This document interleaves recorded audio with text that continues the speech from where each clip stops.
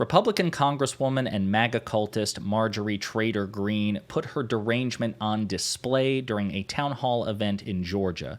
But before we unpack all that, if you haven't yet, please hit that like, subscribe, and the alert bell. Maybe check out my Patreon. I'd appreciate the support. All right, folks, so what I'm about to show you here is not unusual for Marjorie Traitor Greene.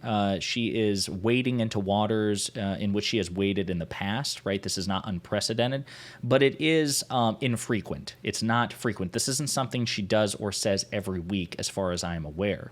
But during a town hall event in Georgia, I guess the last question of the town hall event, Marjorie Traitor Greene took a question from somebody in the audience in which notions of treason and execution of her political enemies, the Republican Party's political enemies, Donald Trump's political enemies, was discussed. You need to hear this exchange for yourself, and then we will unpack it together.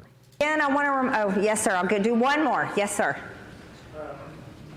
What is the penalty for treason? Okay. So I don't know if you can hear, I mean, obviously he doesn't have a microphone, but he says, what is the penalty for treason? That's his first question. We know treason has been deleted, and nobody having an answer for it. Something has got to be done. It's treason. Our country, our Constitution has been stomped under the feet. Yep. It's written according to the Bible. Like you said, we've got to get prayers for the country. And we've got to be, people got to be tried for treason. And death penalty. Yes.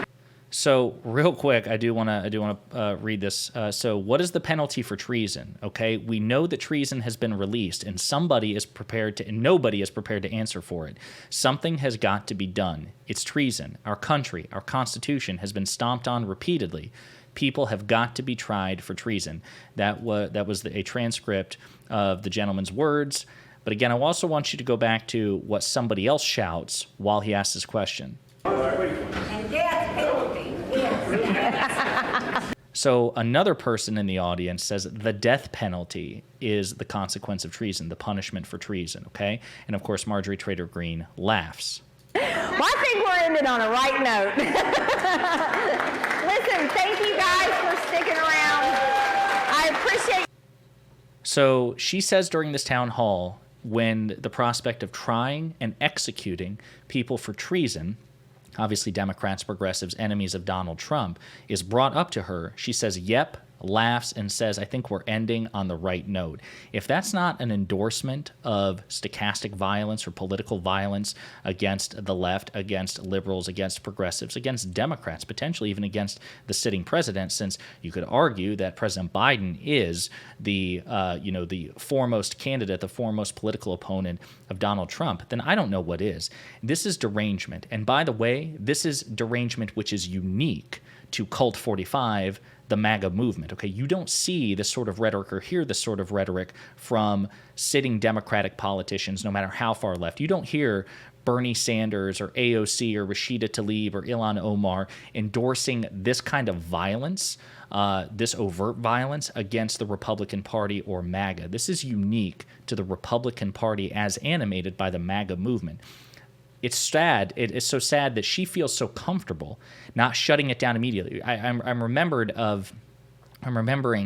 when John McCain back in 2007, 2008 was the Republican frontrunner against then Barack Obama, then candidate Obama, and when he took a town hall event and a woman just in the town hall just mildly insulted with racism Barack Obama, John McCain was quick to snatch the microphone away and shut her down, right? And that was, it was certainly an incendiary question, but it was a racist remark. It wasn't even an open endorsement of violence. And John McCain was enough of a statesman to shut it down.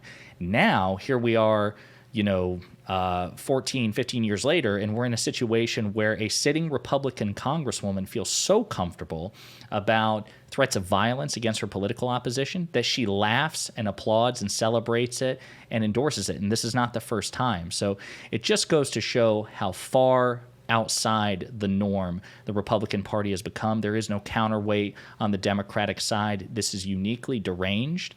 And I fear, especially as the indictments pile up against Donald Trump, that this may continue to escalate.